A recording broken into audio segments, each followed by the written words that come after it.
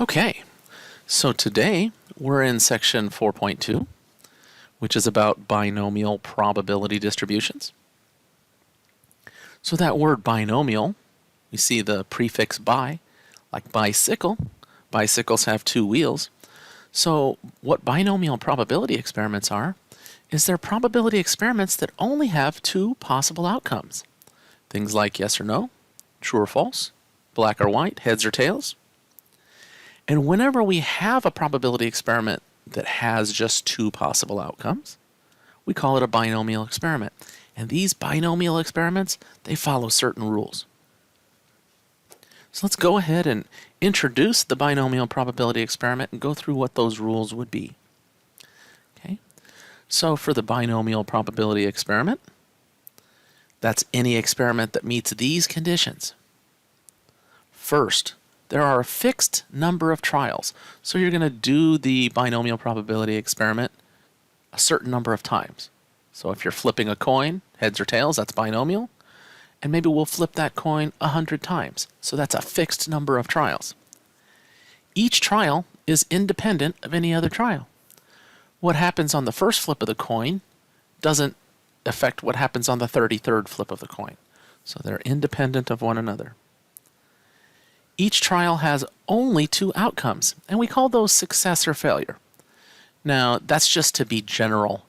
You know, in the case of heads and tails, you'd call it heads and tails. But we'd always quantify one of those things as success and one as failure. The probability of success, which we call P of S, is going to be the same for each trial. So every time we flip that coin, we have a 1 out of 2 chance of getting heads on the coin. And then the random variable x represents the number of successful trials. So how many times, if we're interested in tails, for instance, on a coin flip, how many times do tails come up? That would be the random variable value. So for our notation, n is going to be the number of trials, p is going to be the probability of success, q is going to be the probability of failure, x is going to represent our number of successes, and q is going to always equal 1 minus p. Okay, so let's take a look at an example. You have 6 well-shuffled standard 52-card decks. You draw a single card from each deck and record whether or not it is a face card. Determine whether it is a binomial experiment. If it is, find the values of n, p, q, and x. If not, explain why not. Okay. Most of the time you think of drawing cards out of a deck, you're not thinking that there are only two possibilities.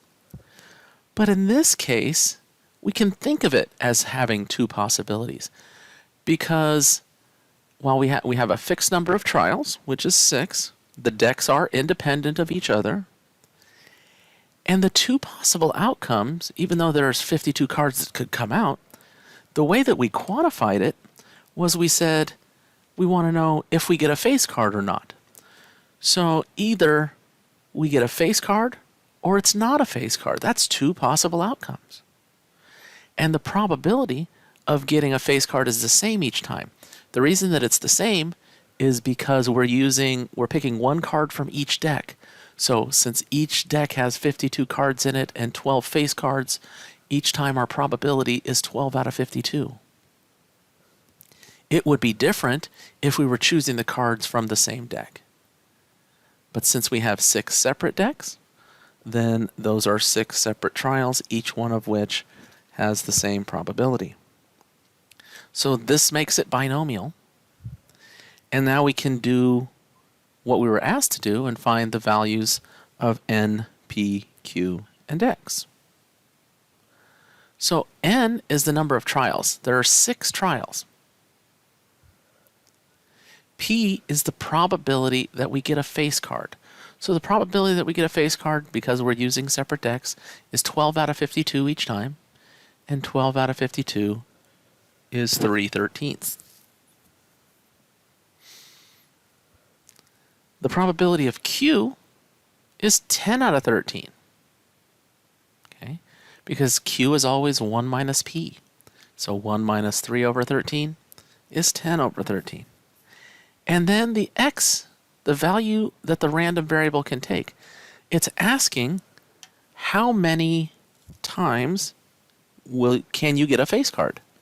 Well, there's several answers. When you're listing off all the possible answers, you might get 0 face cards, or 1, or 2, or 3, or 4, or 5, all the way up to 6. So these 7 values are the possible values of the random variable. Right? So when we're listing values of the random variable, we're listing all the possible values of the random variable. Okay, so let's look at a practice problem. So we've got studies have shown that 21% of all cell phone subscribers are extremely dissatisfied with their wireless carriers. A random sample of 55 phone subscribers is chosen, and they are asked about their levels of satisfaction. The random variable represents the number of subscribers that were extremely dissatisfied. Determine whether it is a binomial experiment. If it is, find the values of n, p, q, and x. If it's not, explain why it's not. So take a little bit of time, pause the video, and when you're ready to come look at the answer, just hit play. Okay, so let's take a look at the solution. Do we have a fixed number of trials? Yes, we do, because we contacted 55 cell phone subscribers. Are the subscribers independent? Well, what the first subscriber says about their satisfaction with their service has nothing to do with what the 43rd subscriber says. So these are all independent. Are there 2 possible outcomes? Well, you could imagine the survey going something like, oh, are you extremely satisfied, somewhat satisfied, neither satisfied nor dissatisfied, somewhat dissatisfied, or extremely dissatisfied? And that seems like an awful lot of options. But we're looking at it as, did they say extremely dissatisfied, or did they say something else? So either they said extremely dissatisfied, or they didn't say extremely dissatisfied, in which case there are 2 possible outcomes. Is the probability that the person is extremely dissatisfied the same every time? Yes, because the studies show that that's going to be a 21% probability. So that means this is binomial. Since it is binomial, we can go ahead and find the values of n, p, q, and x. For the values of n is 55 because that's how many trials there are. The p is the probability of success. Now, in this, we're asked, what's the probability that we find somebody who's extremely dissatisfied? That's what we rate as a success. We rate being extremely dissatisfied as success. I know it seems counterintuitive, but that's what we're studying here. Whatever it is that we're studying is what we're going to label as success. So the probability of finding somebody extremely dissatisfied is 0.21. So that's our p-value. The q-value is always 1 minus the p-value. So 1 minus 0.21 is 0.79. And then as far as the values of the random variable x go, that's how many people we find that are extremely dissatisfied. That could range anywhere from 0 to 55. So 0, 1, 2, 3, 4, 5, 53, 54, 55. All 56 of those possible outcomes, right? Those are the different possible values for x in this binomial problem. So what we find out is when we're doing these binomial problems, they can be really, really tedious to compute. So let's look at an example that'll show you what we're talking about. So now this is an old example. Okay, so the numbers are a lot different now, but the math is the same.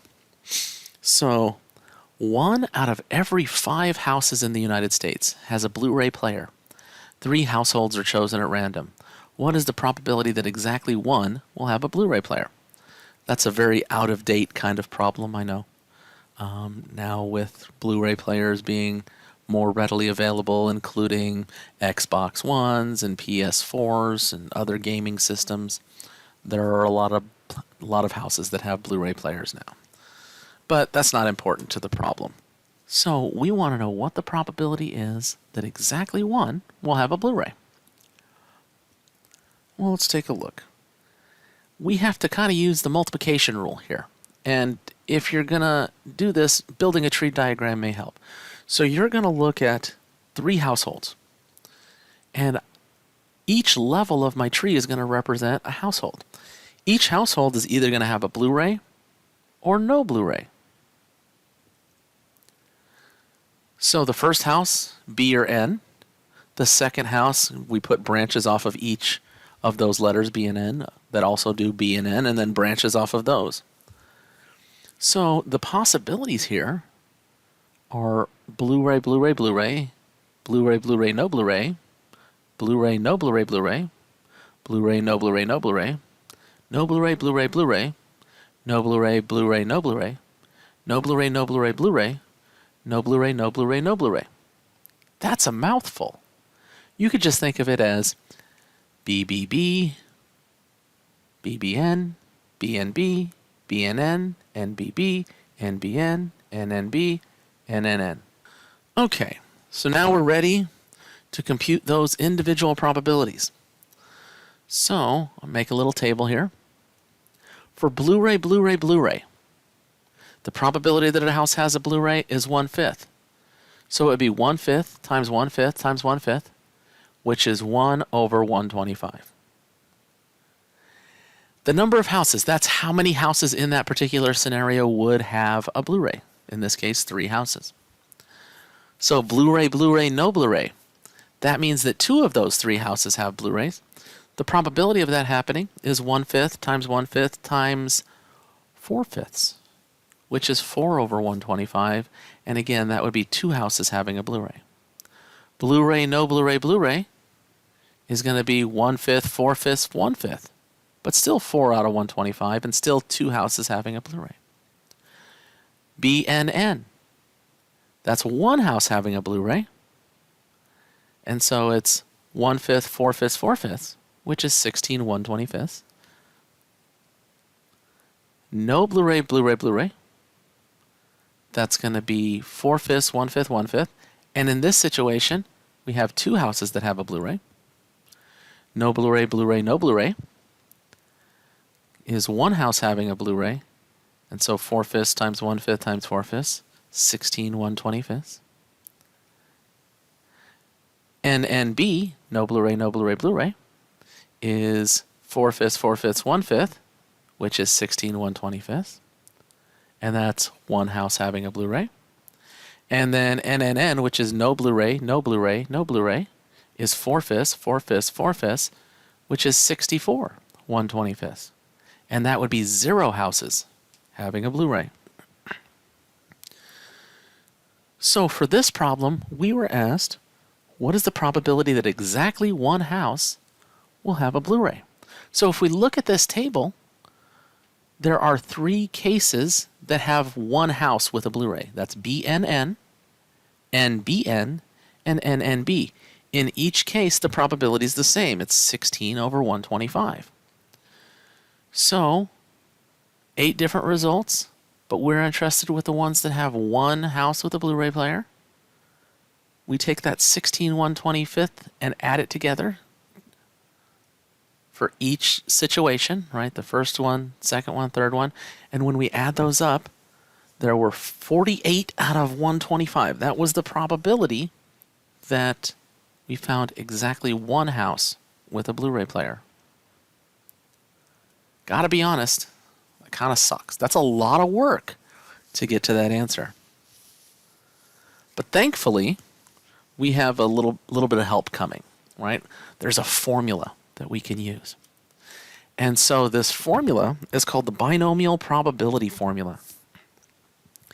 And what the binomial probability formula says, it says when there are n trials of a binomial experiment, the probability of obtaining exactly x successes is given by probability of x successes is NCX p to the x, q to the n minus x. Now you may recognize that NCX from section 3.4 when we were talking about permutations and combinations. That's that combination formula, NCX. So another way that we can write this formula would be to take that NCX out of there and put in the formula that we use for it that contained all of those factorials. So another way we could write this is n factorial over x factorial times n minus x factorial times p to the x, q to the n minus x. And our notation, n is the number of trials, p is the probability of success, q is the probability of failure, x is the number of successes, and q is always equal to 1 minus p. So what we want to do is we want to see how that previous example would look using this formula. So remember, we were interested in finding exactly one house with a Blu-ray player. So in that case, n would be 3. That would be the number of houses that we're surveying. X would be 1 because we're interested in the house having, or one of the houses having a Blu-ray player. The probability of successfully finding a house with a Blu-ray player is 1/5. And the probability that we find a house without a Blu-ray player is 4/5. So we can plug this in to the formula. So the probability of finding one house is going to be 3C1, 1/5 to the first, 4/5 to the second, which is going to be 3C1 is 3, 1/5 to the first is 1/5, 4/5 to the second is 16 over 25. And when we multiply all those together, we get our 48 over 125, which is what we found from doing the tree and then a table full of values. This is a far easier way to do this. So hopefully you can see that the time that this is going to save you. Okay, now what I want you to notice when you're looking at this formula, see the powers on the 1/5 and the 4/5? They add up to 3. 1 and 2 is, add those together, you get 3.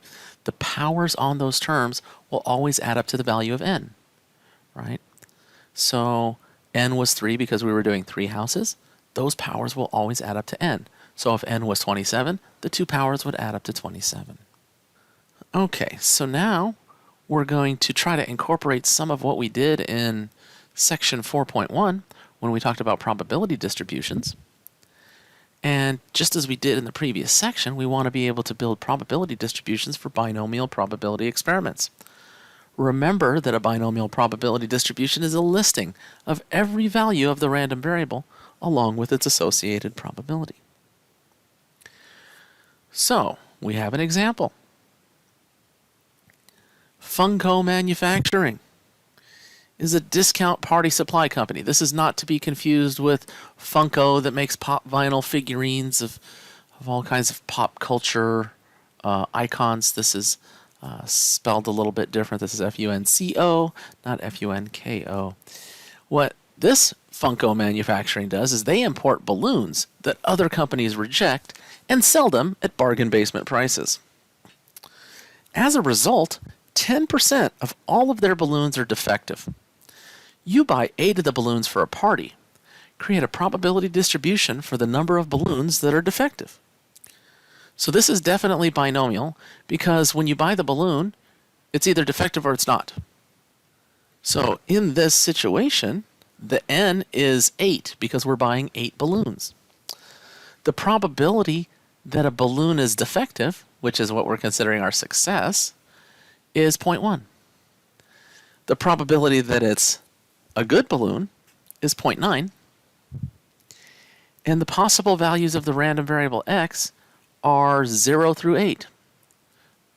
Because x is going to represent how many balloons we got that were defective. So we might get no defective balloons, 1 defective balloon, 2 or 3, all the way up to 8. It might be that every balloon we buy is defective. So there's actually 9 probabilities to compute if we're going to make our probability distribution table.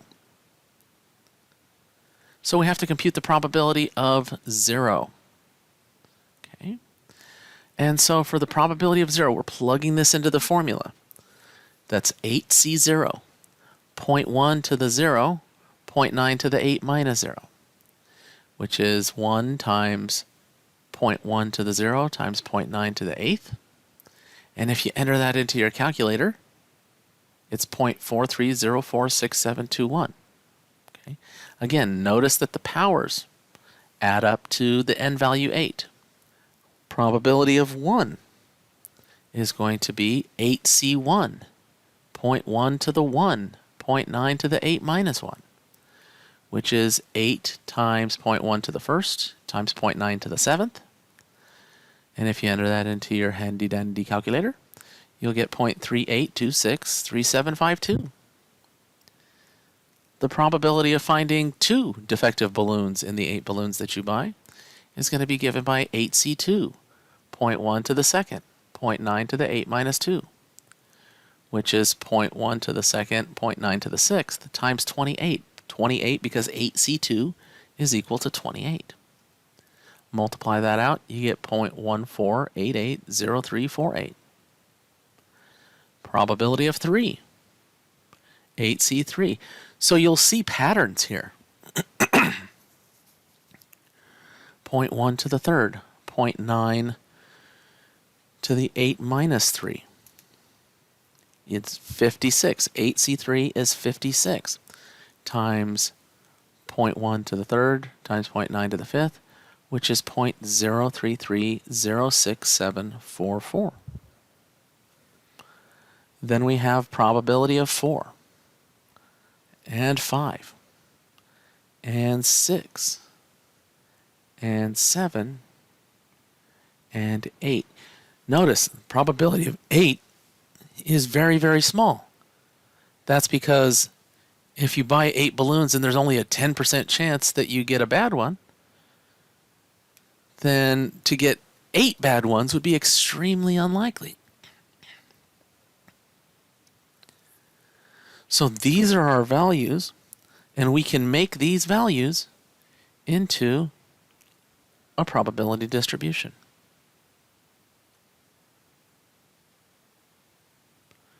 So this is what our distribution would look like. Now I did this one vertically. Normally we do our probability distributions horizontally, but the reason I did it vertically is because I have so much decimal there and I didn't want to round anything, that if I tried to do it horizontally, the font would have had to been too small for you to be able to read very easily. So I did it vertically instead. And so this tells me that my probability of getting no defective balloons is about 43%. One defective balloon is 38%. So one or fewer balloons, you would add those together and you're at about 81%. So 81% chance that you're going to be having at least 7 good balloons. Right? So that's the probability distribution for this problem.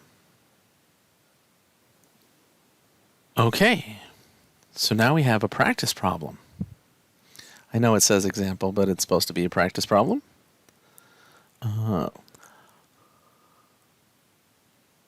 One of every 5 items placed in the city's recycling receptacles is not a recyclable item and must be sorted into a different category.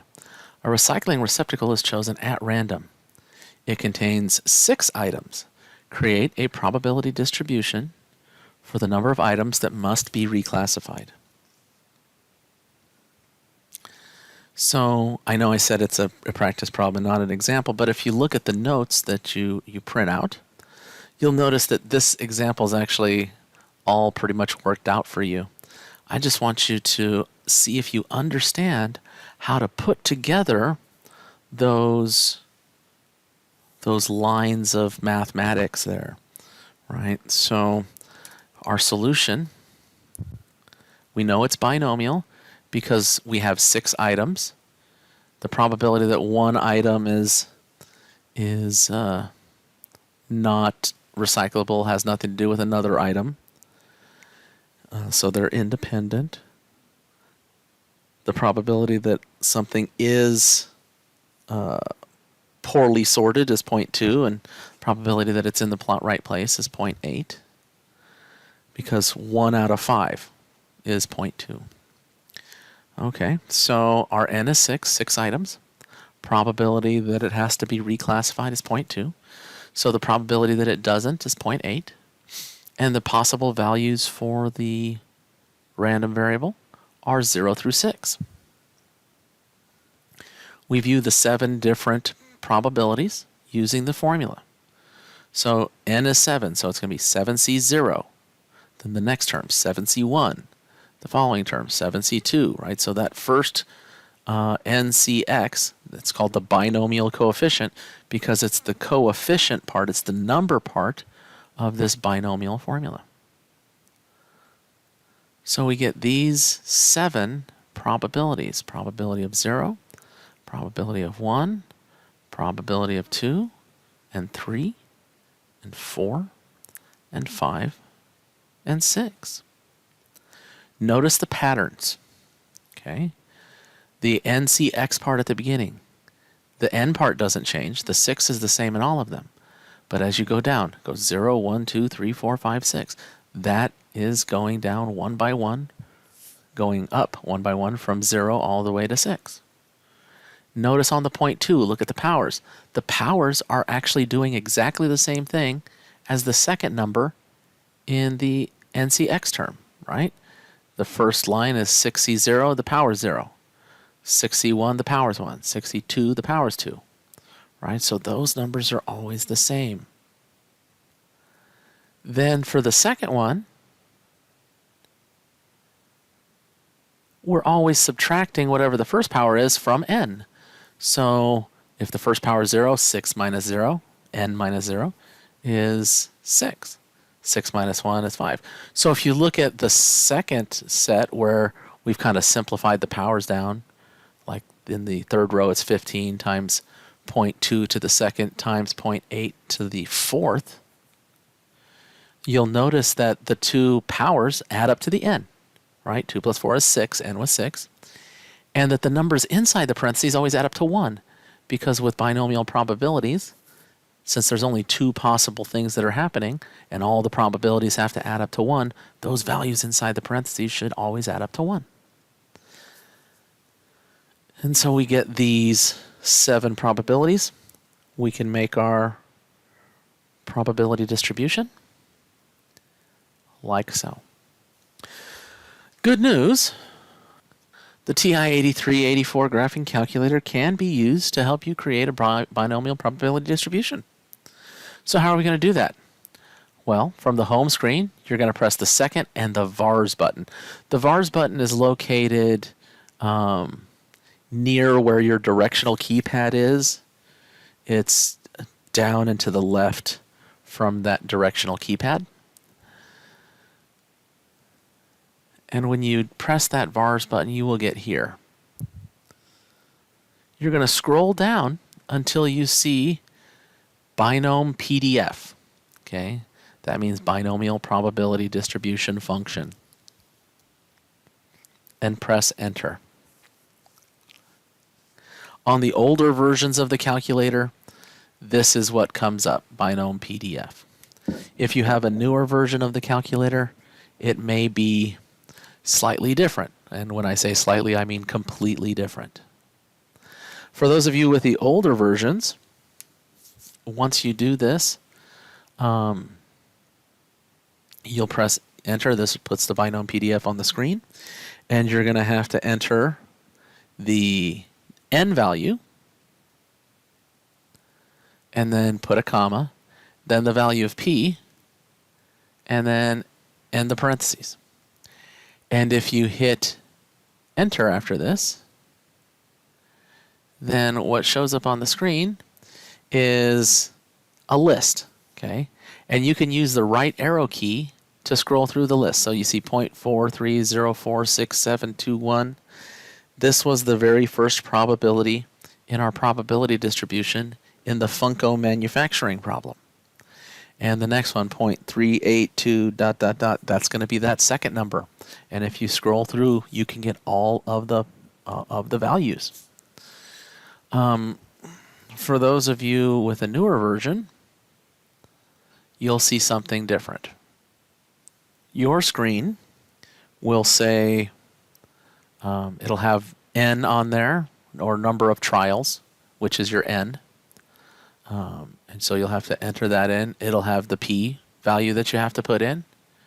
And then it'll ask you for the x value. You can leave that blank and then just hit paste. And once you hit paste, then it puts that binomial PDF 8,0.1 on the screen for you. And then you hit enter and it'll give you the same information. Okay, so once you've built a binomial probability distribution, you can answer far more sophisticated probability questions. So let's look back at that Funko problem. And how would we compute the probability that no more than 3 of the balloons were defective? How would we compute the probability that no more than 3 of the balloons were defective? So we have access to the probability distribution. We created that when we were doing that problem. So we need to understand what this is saying. Okay? So when we say something like probability of no more than 3, no more than 3 means 3 or less, up to and including 3, but not any farther than 3. So when we look at this probability distribution, another way to interpret that is the probability that the value of the random variable x is less than or equal to 3. That's 4 different possibilities, because it could be 0 or 1 or 2 or 3. So we're going to add up those 3 different probabilities, or 4 different probabilities. When we add those all together, we get 0.99497565. What's nice is that the calculator can do this too. So we're going to go to that same screen, the second and the vars button.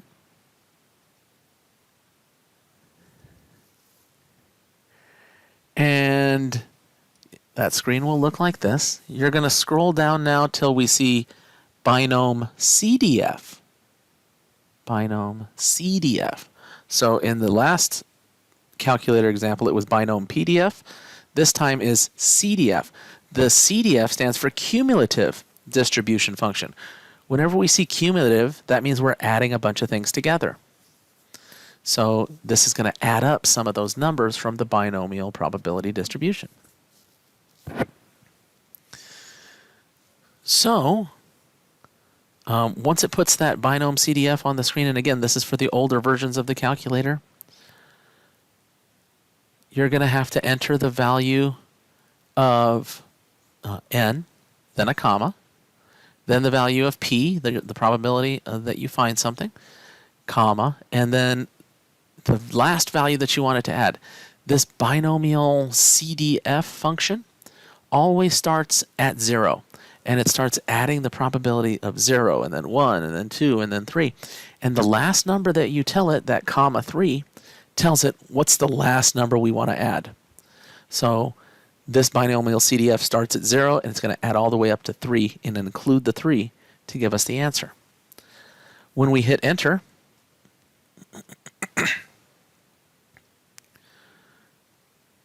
we get 0.99497565. Which is exactly what we got when we worked it out. Now, for those of you with the newer versions, again, it's going to ask you for the number of trials. That's your n. You'll put in the 8. It's going to ask you for your p-value. That's going to be your 0.1. And then it's going to ask you for the x value. And that time you're going to plug in a 3. Then you're going to hit paste. It's going to put it up on your screen, and you hit enter, and it will give you your answer. All right, so it looks like we got a little question going here. The binomial CDF function gives us the sum of individual probabilities starting when x is 0 and proceeding up to the value of x that you type at the end.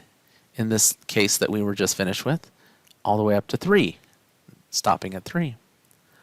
Well, what if you wanted the probability that more than 3 balloons were defective? All right. So more than 3 would be 4 or 5 or 6 or 7 or 8. How would that work? Because this binomial CDF always starts at 0. So how would we do something like that? And the answer is that this would be a complement, right? So more than 3 is 1 minus the probability that it's not more than 3. We just found out the probability that no more than 3 balloons were defective. So it would be 1 minus the 0.99497565, which would be 0.00502435.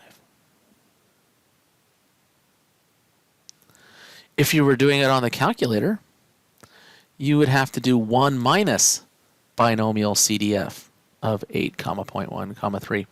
So before you hit the binomial CDF button sequence, you have to enter 1 minus on your screen, and then everything else. So just know that sometimes you're going to have to subtract that value from 1. Okay, so we've got an example, which I think is a practice problem, actually. And yeah, we're going to do it as a practice problem. So every time a telemarketer calls, there's a 90% chance that it will result in a hang-up or no answer, and only a 10% chance that the answerer will participate. A telemarketer makes 10 calls. Create a probability distribution for the number of calls that are hang-ups or no answers. Then find the probability that less than 5 will be hang-ups or no answers, and the probability that more than 7 will be hang-ups or no answers. So you can pause the video, give yourself a chance to try to work on that, and then when you're ready to go, hit play, and I'll go through the answer for you. Okay, so let's take a look at the solution. I'm going to use binomial PDF 10, 0.9. PDF, remember, gives me the entire distribution to build the distribution that I'm going to need for this problem. So this is what that distribution looks like. The probability of 0 is 0.00000000. I lost count, but there's a lot of zeros, and then a 1. And then for the probability of 1, we've got 0.0000000090. Probability of 2, 0.0000003645. The probability of 3 would be 0.0000087480, and so on. Look at that probability that all 10 calls are hang-ups or no answers. There's a almost 35% chance that they're going to go 0 for 10 on their telephone calls here. It must be a rough job. So the first question that we were asked is, what's the probability that the random variable is less than 5? Less than 5 would be 0, 1, 2, 3, and 4. It would not include 5 because 5 is not less than 5. So we're going to take those 5 values from the table and add them together. Okay. And when you add those 5 values together, you get 0.0001469026. Now, you might have used the built-in formulas on your calculator, which would be the binomial CDF. That would be binomial CDF 10, 0.9, 4, where 10 is the number of trials, 0.9 is the probability of success, and 4 would be the value of the random variable x. If you put that in and hit enter, the calculator gives you 0.00014690260001. Now you'll notice that's a little bit different than what we got. There's an extra 001 at the end when we use the calculator function that wasn't there when we used just the values off the table. The reason for that is that when your calculator does these functions, it's not computing all the values and adding them together, what it's doing is it's using an algorithm with a function that it has built into it that is approximately equal to what this value would be. And oftentimes that is just slightly off. But you'll notice that where that 001 is at the end, if we counted the places, we'd have tenths, hundredths, thousandths, 10,000ths, 100,000ths, millions, 10 millions, 100 millions, billions, 10 billions, 100 billions, trillions. This is off by 1/10 trillionth because of the approximating function that it's using. 1/10 trillionth of a unit is like it's not wrong at all, right? It's so close that it's hardly measurable, the difference. And most of the times in practical applications, we're rounding off to just a few decimal places, right? So that slight bit of difference is because of the way that the calculator works. So if we answer the next question, what's the probability that the value of the random variable is more than 7? More than 7 would not include 7, but it would include 8, 9, and 10. So if I took those three values, probability of 8 plus probability of 9 plus probability of 10, we get 0.9298091736. If we did the calculator version, we would have to do 1 minus binomial CDF of 10, 0.9, 7, which would give us the 0.92980911736. So this time it came out exactly the same. Okay, so this binomial probability is no different than all the other probability things that we've encountered. The binomial probability is also graphable via histogram, right? So we'll be able to draw probability histograms for binomials. So let's say we want to graph a binomial probability distribution where n is 5, p is 0.45, and q is 0.55. Right? We don't have a context for this problem. We just have these raw numbers. We can use the calculator to help us make the distribution. So I do the binomial PDF of 5, 0.45. And the calculator generates this.